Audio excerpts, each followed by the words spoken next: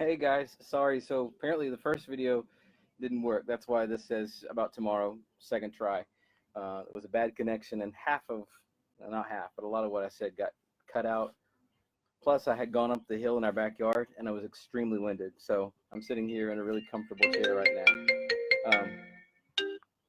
and I'm getting a phone call. So what I want to tell you is that I'm really excited about tomorrow. I know that may sound like a surprise, but in all honesty, there's been a real part of me that's kind of been nervous or even almost anxious or dreading tomorrow, um, because I've really just been afraid that what if we do this and we have two services and nobody shows up at one service, or we get just like three people in a room, or whatever, and that may happen.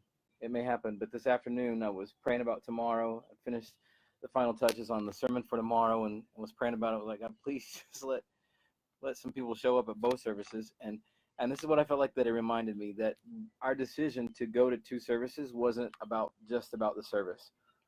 In fact, the whole thing has been about creating space.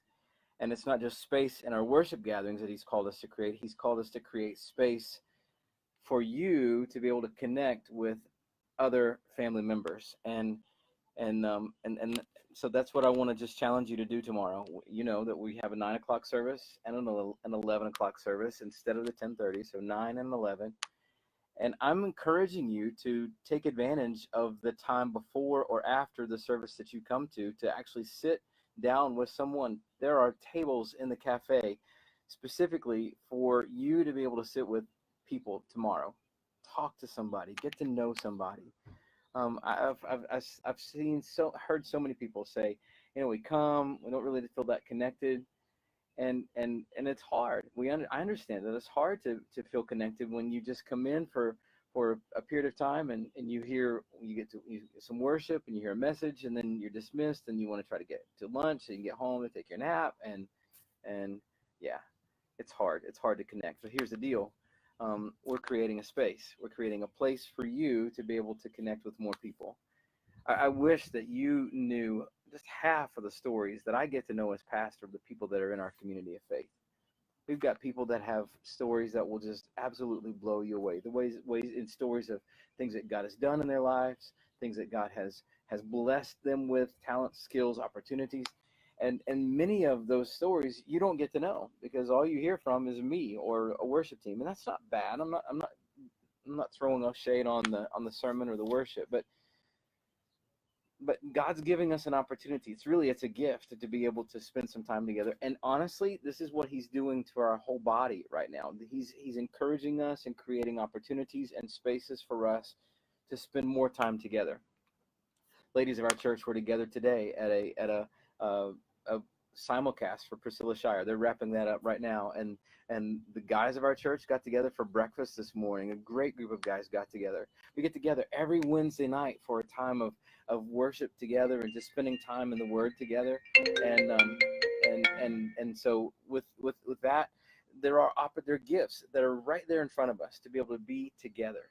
And so I'm asking you to take advantage of the gift that's there, of spending time with your family. I want to say this to our volunteers and to our family members that are sacrificing. You're serving one and you're sitting one. Some of you have said, "Come on up." Some of you have said that I think you may be inside. That you're kind of wondering, "Wow, what is this? This is going to be a drain. What are we going to do for have to be at church for two services now?" I'm going to ask you to do me a favor. I'm going to ask you to look at it not as something that you have to do, but that you get to do, because you get to be with people that God has put in your life. You get to serve with people that God has put in your life. And I know that there's a lot of uncertainty and questions about tomorrow and doing two services, but the Lord's really dealt with me about having the right attitude coming in, and I just want to challenge you. I'll say this, um, in touching back to the gift that's been given to us to be together. If you're part of our community of faith and you don't take advantage of the opportunities that you've been given to do life with one another, or even just spending a few minutes together on a Sunday morning, taking advantage of those opportunities of time that have been carved out for you, then you're starving yourself. You're hurting yourself. And no one can be blamed for you being isolated and disconnected except for you. And I know that sounds kind of harsh, maybe. I just want to challenge you.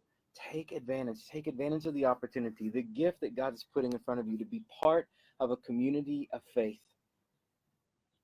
I think that's all I want to say. I know you've got a busy rest of your day that you want to get on with, and we've got other things happening. And my wife has just called, and I sent her phone to her call to voicemail. So sorry, babe.